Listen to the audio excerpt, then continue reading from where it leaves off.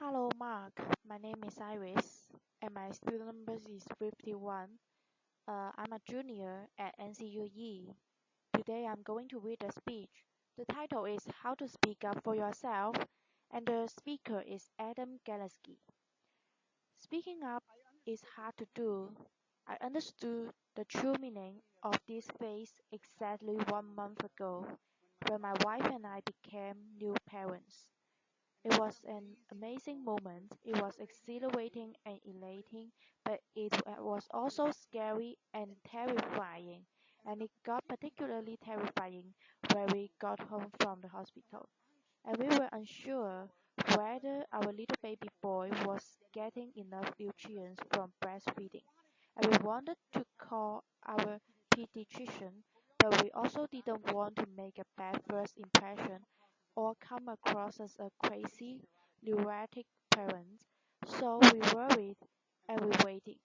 When we got to the doctor's office the next day, she immediately gave him formula because he was pretty dehydrated. Our son is fine now, and our doctor has reassured us we can always contact her. But in that moment, I should have spoken up, but I didn't. But sometimes we speak up where we shouldn't, and I learned that over 10 years ago when I let my twin brother down. My twin brother is a documentary filmmaker, and for one of his first films, he got an offer from a distribution company. He was excited, he was he was inclined to accept the offer, but as a negotiations researcher, I insisted he make a counter offer, and I helped him craft the perfect one. And it was perfect. It was perfectly insulting. The company was so offended they literally withdrew the offer, and my brother was left with nothing. And I asked people all over the world about this dilemma of speaking up. When they can assert themselves, when they can push their interests, when they can express an opinion, when they can make an ambitious ask. And the range of stories are very varied and diverse, but they also make up a universal tapestry. Can I correct my boss when they make a mistake? Can I confront my coworker who keeps stepping on my toes? Can I challenge my friend's insensitive joke? Can I tell the person I love the most depressed insecurities? And through these experiences, I have come to recognize that each of us have something called the range of acceptable behavior. Now, sometimes we are too strong. We push ourselves too much. That's what happened with my brother. Even making an offer was outside his range of acceptable behavior. But sometimes we are too weak. That's why what happened with my wife and I. And this range of acceptable behaviors, when we stay within our range, we are rewarded. When we step outside that range, we get punished in a variety of ways. We get dismissed and demeaned, or even ostracized, or we lose that raise, or that promotion, or that due. Now, the first thing we need to know is what is my range? But the key thing is our range isn't fixed, it's actually pretty dynamic. It expands and it levels based on the context. And there's one thing that determines that range more than anything else, and that's your power. Your power determines your range. What is power? Power comes in lots of forms. In a negotiation, it comes in the form of alternatives. So my brother had no alternatives. He lacked power. The company had lots of alternatives. They had power. Sometimes it is being new to a country like an immigrant, or new to an organization, or new to an experience, like My wife and I, as a new parents, sometimes it's at work, where someone's the boss and someone's the subordinate. Sometimes it's in relationships, where one person's more invested than the other person. And the key thing is that when we have lots of power, our range is very wide. We have a lot of leeway in how to behave, but when we lack power, our range narrows. We have very little leeway. The problem is that when our range narrows, that produces something called the low power double bind. The low power double bind happens when if we don't speak up, we go unnoticed. But if we do speak up, we go punished. We get punished. Now, many of you have heard the phrase of double bind and connected with one thing, and that's gender. The gender double bind is women who don't speak up go unnoticed, and women who do speak up get punished.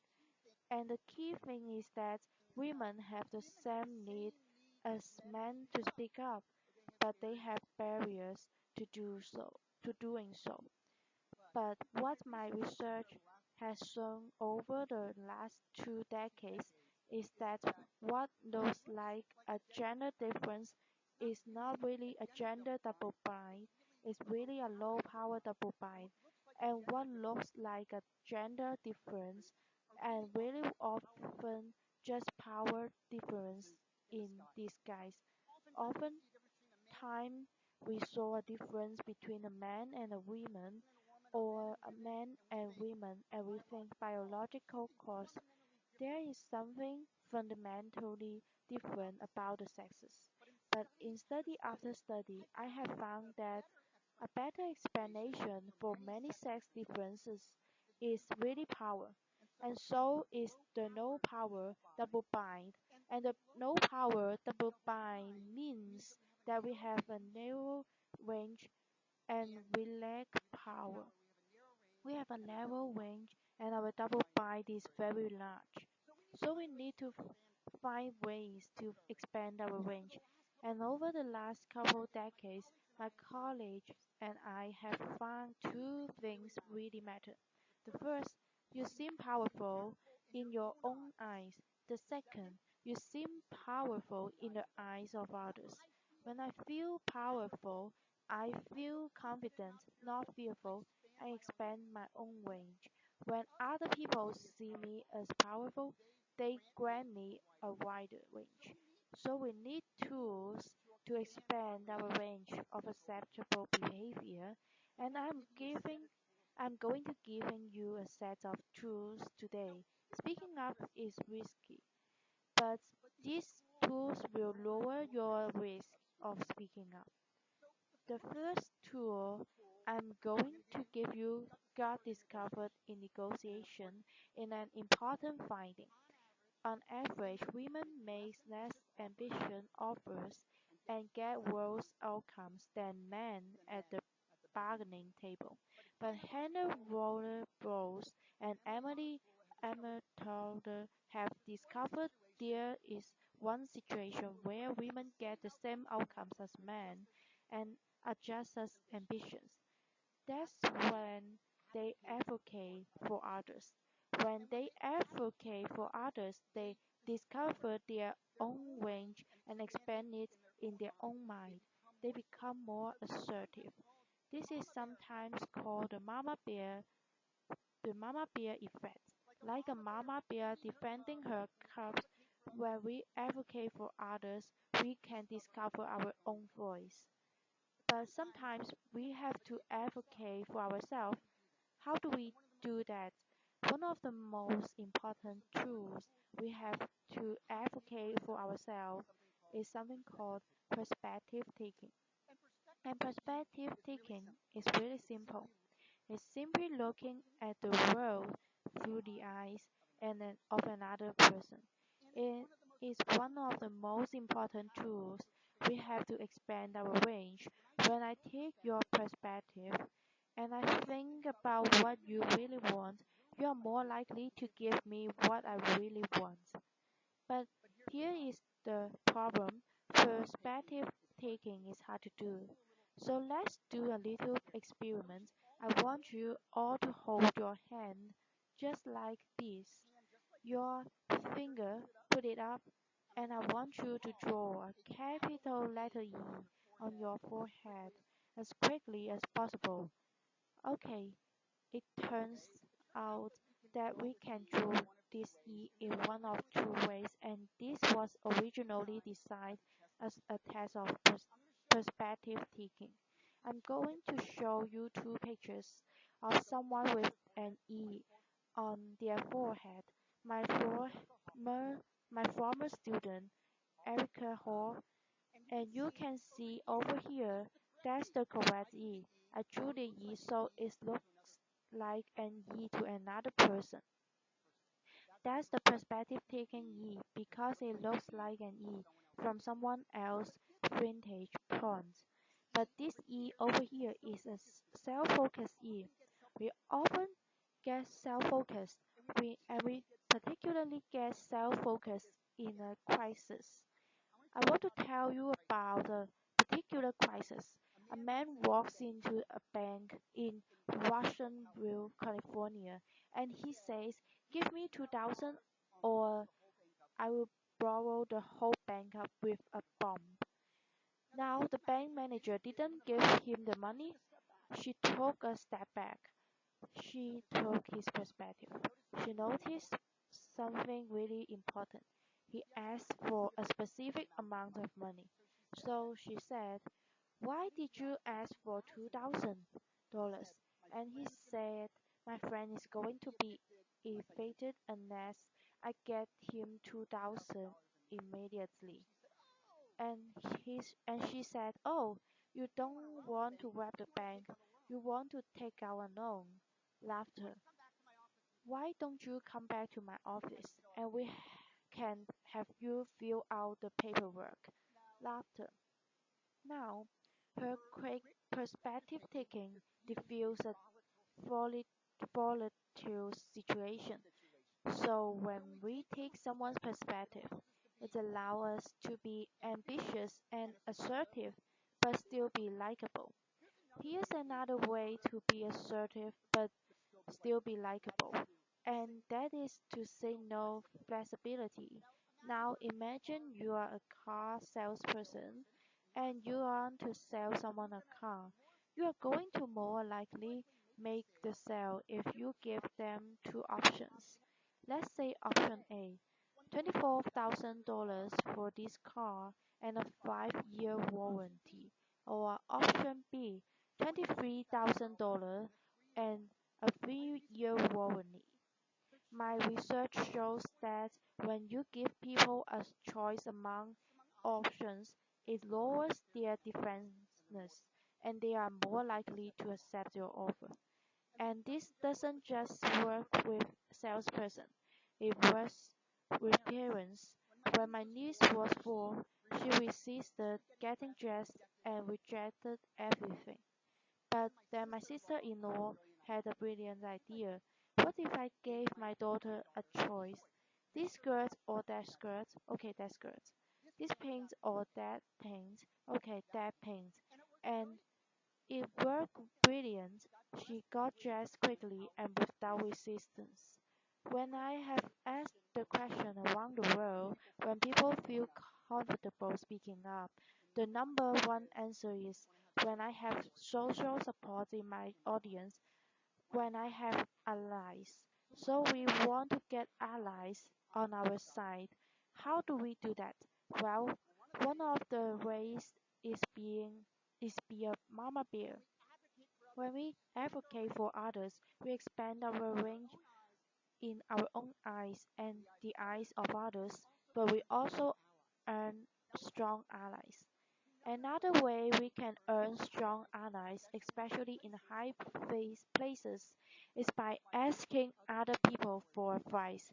When we ask others for advice, They like us because we flatter them and we are expressing humanity. And this really works to solve another double bind, and that's the self-promotion double bind. The self-promotion double bind is that if we don't advertise our accomplishments, no one notices, and if we do, we are not likable. But if we ask for advice about one of our accomplishments, we are able to be competent in their eyes but also be likable. And this is so powerful, it's even worse when you see it coming. There have been multiple times in life when I have been forewarned that a low power person has been given the advice to come ask me for advice. I want you to notice three things about this. First, I knew they were going to come ask me for advice. Two, I have actually done research on the strategy benefits of asking for advice. And three, it still worked. I took their perspective. I became more invested in their cause. I became more committed to them because they asked for advice. Now, another time we feel more confident speaking up is when we have expertise. Expertise gives us credibility when we have high power. We already have credibility. We only need good evidence. When we lack power, we don't have the credibility. We need excellent evidence. And one of the ways we can come across as an expert is by tapping into our passion. I want everyone in the next few days to go up to friends of theirs and just say to them, I want you to describe a passion of yours to me. I have had my people to do this all over the world, and I ask them, what did you notice about other person when they describe their passion? And the answers are always the same. Their eyes lit up and got big. They smile, the big beaming smile. They used their hands all over. I had to duck because their hands were coming at me. They talked quickly with a little higher pitch laughter. They leaned in as if telling me a secret. And then I said to them, what happened to you as you listened to their passion? They said, my eyes lit up. I smiled. I leaned in. When we tap into our passion, we give ourselves the courage in our own eyes to speak up, but we also get the permission from others to speak up. Tapping into our passion even works when we come across as too weak. Both men and women get punished at work when they shed tears. But Lizzie Wolf has shown that when we frame our strong emotions as passion, the condemnation of our crying disappears for both men and women. I want to end with a few words from my late father that he spoke up at my twin brother's wedding. Here's a picture of us. My dad was a psychologist like me, but his real love and his passion was cinema, like my brother. And so he wrote a speech for my brother's wedding about the roles we play in the human comedy. And he said, the lighter your touch, the better you become at improving and enriching your performance. Those who embrace their roles and work to improve their performance grow, change, and expand the self. Play it well, and your day will be mostly joyful. What my dad was saying is that we have all been assigned ranges and woes in this world, but he was also saying the essence of this talk. Those woes and vengeance are constantly expanding and evolving. So what a scene calls for it, be a fear, fear, ferocious mama bear and hum, and a humble advice seeker. Have excellent evidence and strong allies. Be a passionate perspective taker, and if you use those tools, and each to every one of you can use these tools, you will expand your range of acceptable behavior, and your days will be mostly joyful. Thank you. A pause. Thank you for your listening.